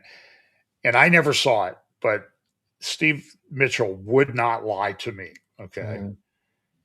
And he said the letter was from a lady, signed, original document, to the founder of the White Lily Chapel, this chapel of witches, saying, I thank you for how much you've meant to me in my spiritual development.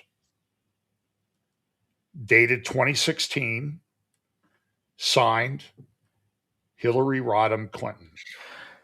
Yeah, that does. Yeah.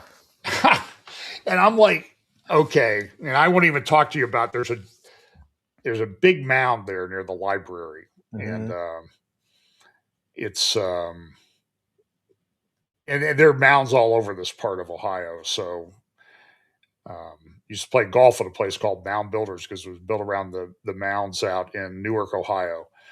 They had to give up the golf course because the preservationists sued them. But used to drive over the mounds in my golf cart, playing golf. But it's just strange. I mean, I don't know what to make of it because I've not spent a lot of time looking into it. Well, the thing that I would note is that how fast Wicca and witchcraft has actually just grown. I remember about 6 years ago, we were out one night on the street praying with people, and we saw another group out doing the same sort of thing, clothing people, feeding people. So I got talking to them, and they were a coven. They were an actual coven. So they were filling this, and that was the thing that sort of hit me. Well, the church needs to be involved in this space. You can't sort of vacate space, otherwise people go to whatever they're told. There's massive rise of paganism here. I've got a question here from Vindog. Can I just say a story real quick? Pam and I moved up to the Cleveland area for about a year back in 1989, 1990. And it didn't work out. So we buy a condo in Brecksville, Ohio. I move in, and the lady comes over next door, and she says, hi, new neighbor. And I said, hi. We exchanged names. And then she goes, I said, what do you do? And she goes, well, I'm a mystic, a seer. I own the Seventh House bookstore down here at the local shopping center. It's a witchcraft. It's a witch store. And then she looks at me and she goes, "And what do you do?" And I'm like, "I thought you were the mystic. Why don't you tell me?" I didn't say that, but I'm thinking it like, why do you have to ask? I was with my wife on Saturday, and we were out, and we're at one of the kids' sort of like sporting things, and my wife talks to everybody, and there was a woman came and she was talking to her, and Kelly will look for any opportunity to bring Jesus in, but the girl goes, Kelly had a sore hand, so the girl goes, "Can I see your hand?" So she thought she was going to maybe, she was a doctor or something, and look at her hand, and she started to. She says, "I can read palms," and starts to read her palm. And my youngest is sitting there, and the first thing she says, "Oh, I can see that you're very logical." And my youngest pops up and goes, "Nope, no, she isn't." Now, is your youngest a male or female? Male, but I was going to guess that, but I didn't. And I just thought, it was downhill my from white there. patriarchy coming through. That question. So you had a question I interrupted you on. Yeah, actually, before Vin Dogs, I've got a question here. Oh, Vin Dog, yeah. Kevin. Kevin, this isn't Vinny's question. We'd like to hear John's take on Daniel 2:43. Who is they that are trying to mingle with the seed of men? That's a very good question. Next question. There's a lot of so I have these discussions with people like European Antichrist, and Europe's the kingdom iron mixed with clay, and this is it. And I'll say something like, well, Europe's just not very strong. They're kind of pathetic, really, right now. And they're kind of looking. People say, well, Macron's the guy, and I'm like, that's really pathetic. But and then they say, see, that proves Daniel 2:43 is going to come about because Europe's really, really weak. And I'm like, how's it this giant empire at the end that control? I just don't. I think there's a disconnect there. And to be honest with you, I don't know. I do think that if you looked at it in terms of Islam and a strength in Islam and the different two main factions of Islam, you could say that that's what it is. Right now, Turkey's incredibly strong. Yeah. Relatively, they're the second largest army in NATO. And by the way, go look. I don't know. I don't know if there's some way to get the algorithm to give you the junk I get in my X feed every day. But Turkey's talking about, and that picture I put up from the foreign minister's X account, the profile picture, background picture, shows Turkey expanding into Europe. And I saw something about that. Erdogan was doing a speech about that just today. The guy gives speeches. This is terrible to have to follow him because he gets up there and yammers on every single day. And I'm trying to curate what he's saying, but he was talking about, Europe, we're going to leverage our influence in Europe. And by the way, so when Erdogan says, I'm going to leverage my influence in Europe, believe him. Look what he's doing to the Kurds and what they're saying about Iraq. And they're up there releasing all those guys from ISIS prisons. And the U.S. had a base there in the desert between, Iraq, Jordan, Syria, and we just withdrew from it today. But then that goes into the Eastern and Western leg of Nebuchadnezzar's statue, doesn't it? So, probably more. So the question then becomes, where did the 10 kings come from? Yeah. And, you can make a case. It's a combination of a bunch of things. There are about 10 in Psalm 83 and the Abraham Accords and all of that stuff. I think we should pay attention to that. And we also have these people who want to divide the world into 10 regions. I don't know that that's going that well. I know Trump has made claims on Greenland and Canada, but I don't see him getting that done in 3 years. Yeah. And I don't think the next guy coming along, even if it is a Republican, has the force of nature mojo that Trump has to Yeah. kind of, like I say, I like him and I don't like him, but Right. I just love him because he's just like, he'll come right at you. But sometimes Yeah. he gets ahead of what he says. It takes a while for things to catch up to it, like taking care of the people in Iran. Yeah. Vinny has asked, will the world become unhinged before the year is over, an all-out war? So I think that's the kind of Yeah, that's always a big question. I don't know. We're going to see, I think, in the next month, we're going to get some indicators about how things are going to go. I don't know that Russia's going to come in. I would say, though, that if the United States I think we have a third of our military and air assets, naval and military air assets in the Middle East right now, or soon to be there. That leaves us exposed in some other ways. Now, I don't know that China doesn't have the Navy to get everything here. Okay, they've got a lot of boats, but they're limited to about their diesel. So they don't have unlimited range like our naval vessels yeah. have. But they could go after Taiwan. But I'm just telling you, Taiwan's developing a lot of things to fight it. I don't know that a D-Day style invasion into Taiwan, I don't know if that works in this day and age. Mhm. People argue with me about it all the time, but with drones and satellites and all that other stuff, I just don't see them sneaking in. And big ships if a big ship is a sitting duck for the United States, a big ship is a sitting duck for China too. And Japan is not happy. But then they're dying. Japan's losing like 2 million people in population a year. They're not sick. They're just dying off because of demographics. I Yeah. mean, they're going down 2 million people in a year. And China's going down millions of people every year.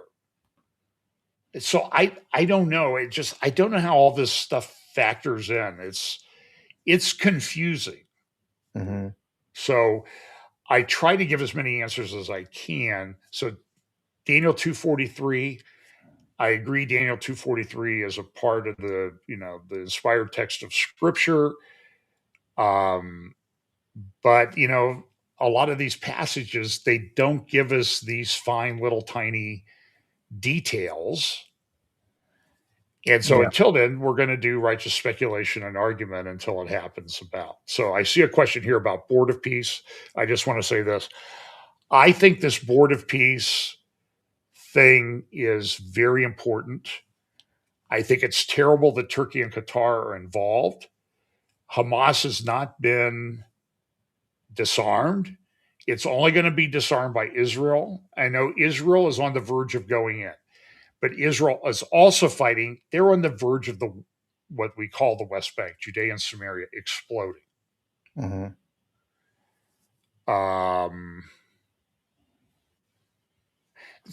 Can I just tell you a story from our tour? This is a total propaganda op, this Palestinian thing. It was created by the Russians in 1964. And there's always this talk, well, we can't do a one-state solution of Israel because the Arabs will outnumber them. Mhm. Gary, I've been in the West Bank. I've been in Arab cities in those areas. I've been there in the middle of the day in a big, beautiful neighborhood with big, beautiful homes in the Palestinian area. You don't see anybody. There's nobody there. You go anywhere in Israel, Jerusalem, there's people all over the place. You go to an Arab neighborhood, there's nobody there. They don't live there. When we went up to Shiloh on our trip, there were all these new apartment buildings along Highway 60 in Arab villages. In Nablus, the building that's been there since I was in Nablus at Shechem in 2017, incredible building, all these new apartment buildings. And by the way, right next to the ancient tell of Shechem, Tel Balata, is a refugee camp Why aren't they moving into those apartments? We came back at night from Shiloh.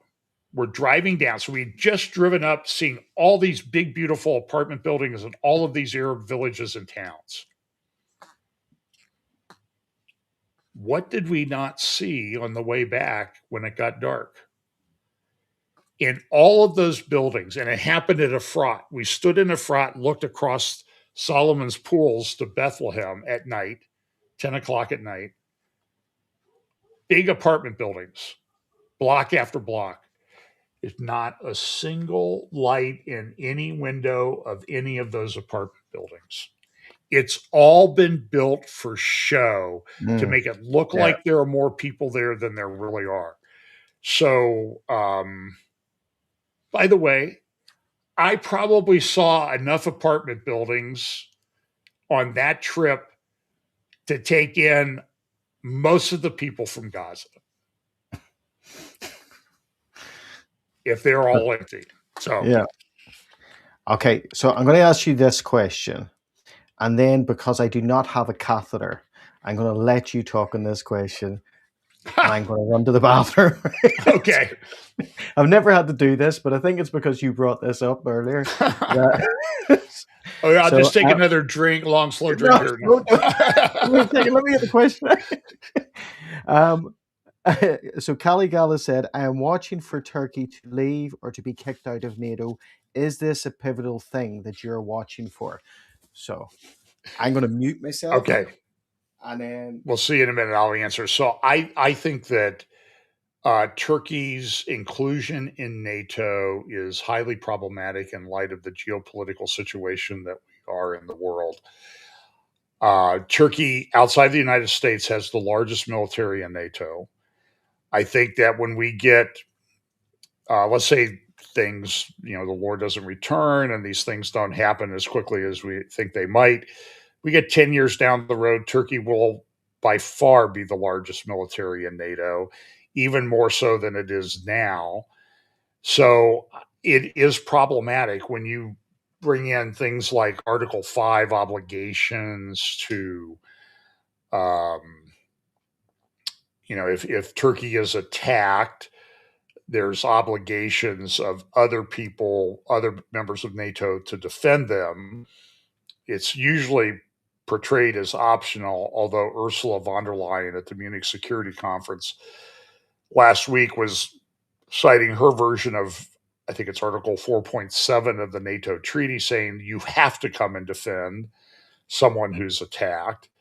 And then you have all these, I'm just looking at an article in the London Times as we're talking about Russia causing all kinds of disruption with former Wagner forces and special forces type guys, special thugs in the Baltics. And they're afraid that that Russia would invade the Baltics.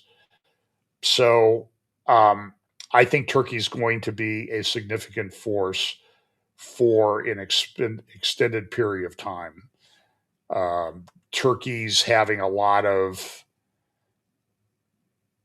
there's a kind of an interesting thing that took place last week. Erdogan had I don't know if he's a president or prime minister of Greece came in, and the guy at, there's a video, you can find it. The Greece prime minister or president blows his nose and he sticks it into like a pamphlet and he slides it over to Erdogan's part of the desk. It's because Greece and Turkey do not get along. They're fighting over the islands in the Aegean Sea. And Turkey has this doctrine that they developed starting about 10 years ago called the Blue Homeland, meaning that they would expand their maritime borders. And they've been very clever the way they've done that. So they're trying to get their hands, they've always tried to make it difficult for Israel to get its gas to Europe. So there's no pipeline that's been built. I don't know that a pipeline, it'd take 5 years to build the thing, cost billions of dollars. So I don't know if that's going to happen in today's day and age. But that's why Turkey went down to Somalia. Israel recognizes Somaliland. Turkey's now down there with gas drilling ships around Somalia to develop gas resources. And in Turkish mind, that's a prophecy. There was a guy about 10, 13 years ago. He was a kind of a nut Islamic holy man. And he said, when Hagia Sophia is restored, the gas and oil will begin to flow. That happened 5 years ago. Now Turkey's finding gas and oil, and people in Turkey are saying that's a fulfillment of this Muslim guy's prophecy. I don't believe it, by the way. And the difference between me is I don't believe anything I'm going to do is going to make prophecy be fulfilled. But the Turkish guys and the Islamic guys think they can make, they're sort of the equivalent of Kingdom Now, Dominionist, and the Christian church. Yeah. They think if they do the right actions, the end times will come about. And this whole thing, if we attack Iran, believe me, Iran is going to unleash everything they have as quickly as they can, because they think that they're going to bring about Armageddon, and the Mahdi will come that way. Mm-hmm. So I missed the start of the answer, but I got the gist of it. And I'm being made fun of in the audience or in the comments because I was very good this time. I left my microphone down. There was an occasion a few weeks ago where I went to church. I was in church. Before I got up to speak, worship was on, and I went to the bathroom. And the back desk decided to switch mics from the stage to me. I believe they decided to do it on purpose. So I'm absolutely paranoid. Okay. Speaking of church, we have a question here from Trevor. Trevor's an elder in our church. Do you think, or how do you think that the kings of the East fit into all of this? Is this China? Yeah, that's that's another place where we disagree in prophecy circles. I don't know. I used to think that it was. I now think that the stand republics are more significant in that regard. Okay. Okay, so Kevin is back. I know you've got something to say on this. Thoughts on Jared Kushner being so integral in the peace dealings behind the scenes? How did he go from businessman to senior advisor so quickly? Well, he married the right gal, for one thing. I find him creepy. Yeah. Now I see he's wearing different clothes right now. For the first few years, I only ever saw him in a navy blue suit. Mm-hmm. And my comment to that was, I thought only Superman got to wear the same outfit to work every day. Yeah. And it's just kind of creepy. So look, he's all over this Abraham Accords, the Board of Peace, real estate deal. He's heavily involved. There was a big conference. The Saudis put on a thing called the Financial Future Investment Initiative Institute, I think, FII, and they have conferences. It's one of the big conferences. It's like Davos. It's like World Government Summit. It's like the St. Petersburg International Economic Forum, and then the Saudi one. And he spoke at a Saudi one. They had a thing in Miami last year. Just happens to be where he lives. I'm sure there's no connection to that. But he's doing a lot of investments in Albania, which is a Muslim country. He's big in Saudi Arabia, big with the UAE, big with Qatar. They helped bail him out on the building that he used to own. I don't know if the family, he bought it. When he bought it, it may still be the highest price ever paid for a single office building anywhere in history on planet Earth. It was like $970 million. At the time, it had the address 666 Fifth Avenue. Yeah. And I'm told that his name may add up to that. I do think that you need to pay attention to him, follow his Abraham Accords think tank, Peace Institute, whatever he calls it. It's based out of the UK. Mm-hmm. And he just keeps showing up everywhere. I mean, Yeah. so so you always have to couch things in terms of, if this is the time, he's a major player. Mm-hmm. If it's not, he's still a major player in the geopolitics of today. And he's kind of in a position where he's not accountable to anybody. Yeah. So just to pick your brain on this as well, because I know you do the roundtables, technocracy roundtables. Right. Have you ever looked into Game B, the think tank that sort of started at about 2012? It only lasted about 18 months. What's it called? Game B. So like No. game, but what sort of gathers my attention in this is because it kind of looks at this as the think tank that led to where we are kind of going right now. So major technocrats involved in it, philanthropists, businessmen, and it was this idea that they got together. Initially, it was to do with maybe creating another party in America, but then they decided that wasn't their main function. Their main function was to look at the longevity of humanity, because humanity was doomed on its current course. And if you do look into this, I think it's interesting because it broke off at after about 18 months. It sort of stopped, and then it reemerged in 2020, or at least some of the players reemerged. And they had split in 2013 into two different groupings. One grouping believed that the future of humanity would be established with more technocratic laws. So interoperable technology in terms of currency, identification, digital IDs, central bank digital currencies, that sort of thing. So they thought that's the way humanity needs to go, which is certainly evident right now. The other group said that the biggest problem for humanity and why humanity is doomed is because of the independence of thought. We all think differently, and there needs to be cohesion in thought. And the way my brain works to this is why we now have algorithms and things leading our thought. And I think so. What I guess I know it's on a completely different track than what we've talked about, but in terms of where we are in a technological sort of element, I know that with America, you've got the Kids Online Safety Act becoming COPPA this year. You've got, like I said earlier, the expansion of surveillance powers under Section 702, expanded biometric facial recognition coming in. You see them in the UK and across Europe. And it's the building of this system that seems to be, to me, the product of Game B. Do you think it's all been planned in this way, or do you think this is just a technological happenstance that we've ended up every country kind of trying to implement the same? Well, technology has a way of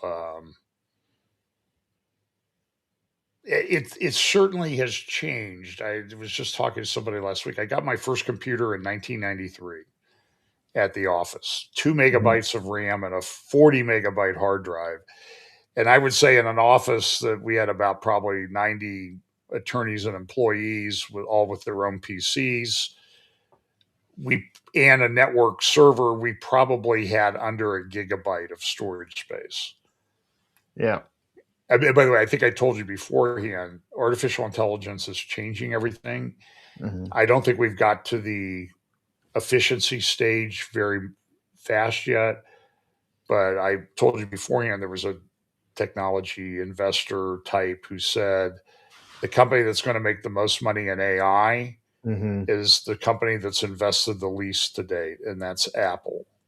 Mm-hmm. Because Apple now is talking about releasing computers, MacBook this year in June, in just a few months. So I have an M2 chip, which is just like phenomenal. Okay, for somebody my age, Erdogan's age, it's great. And I have 64 gigabytes of RAM, Mm-hmm. and I still run out of RAM all the time.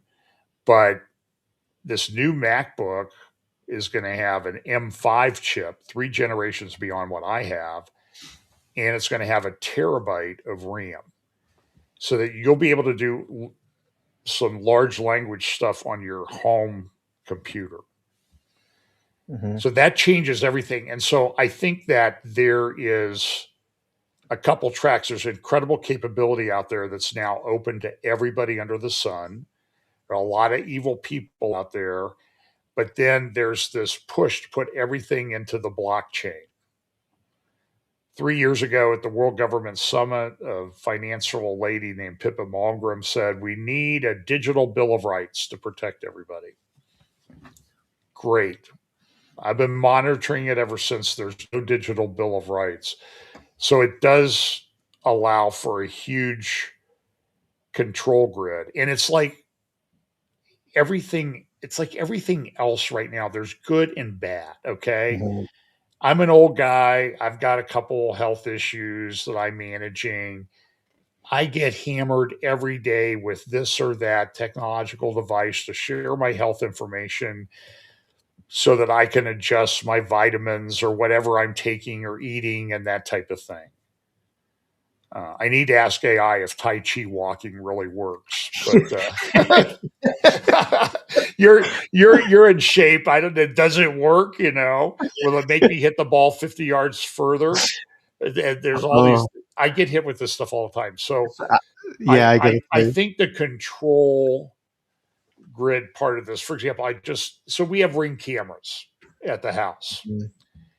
And last month, Ring came out with, hey, if you want to pay twice as much on a yearly prescription, it was all these, now you get movement at front door. Now we Mm. were getting, there's a black SUV driving past your house. It was all AI generated. And it was, Yeah. there's a lady in a black coat walking a dog. That's our neighbor taking their golden retriever out. But now they're talking about and they sell it to us as this is great. So Nancy Guthrie, she's been missing. I don't think they'll ever find her alive at this point. But now they're talking about, oh, there's an ad for Ring out this week. Get neighborhood Ring groups and network all of your Ring cameras together so you can find the lost cat or the lost dog in the neighborhood. And so that's good. We don't want a lost dog or lost cat. Well, we don't want a lost dog. And I won't tell you how I feel about the other one, but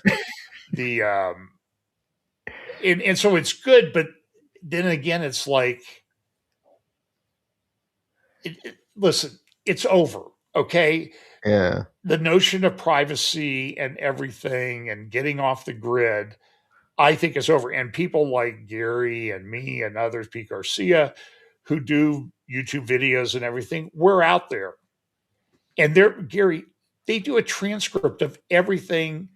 We used to have to ask for closed captions. Now everything is closed captioned, probably live as we speak, because of AI and everything. So I use a term, Charlie Vector 019er, to describe a certain thing. So I asked Google Gemini last week, hey, when did John Haller start using this term? In less than a second, I had 5 paragraphs. He started using it in March 2020. And that's what I asked him. But then it said he did it to get around the censors on Google and YouTube. And then it said, and he has other weird terms that he uses to describe geopolitical things known as Hallerisms. So somebody wrote me an email and said, it's really Charlie Victor, not Charlie Vector. And I wrote back and said, it's my Hallerism. I'll make it up the way I want. Oh, that's kind of scary when you think about it, because you don't. It took less than a second. And they're planning more and more of this. I was watching the footage from the World Government Summit this year, and they're talking about not saying openly 15-minute cities, but that's what they're talking about. They're talking about the Sure. infrastructure of towns and cities, urban areas, urban infrastructure, and they're talking about each area having neuro-responsive Oh, zone. yeah. So there's not even going to be freedom in terms of, expression. That's gone. Privacy's gone. Thinking will be gone. It just makes me think of the Minority Report, with the Tom Cruise movie, and it's all going to go down that road. But I'm also now worried in the sense that I'm thinking it gets said quite a lot, and I've had quite a lot of people message me, typically because of where we live.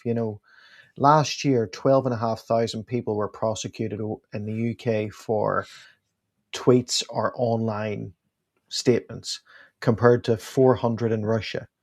And then and people will say, "Oh, well, you'll end up, in prison one day or whatever." And I'm thinking, well, maybe just be careful of what I say in the future. Um, not thinking about what I've said in the past. So it's probably all out there already. So Can I give you a breaking news? Just popped up yeah, on my X feed. Tucker went to Israel today to okay, interview Mike Huckabee. right. He flew in on a private jet. He never left the confines of the airport.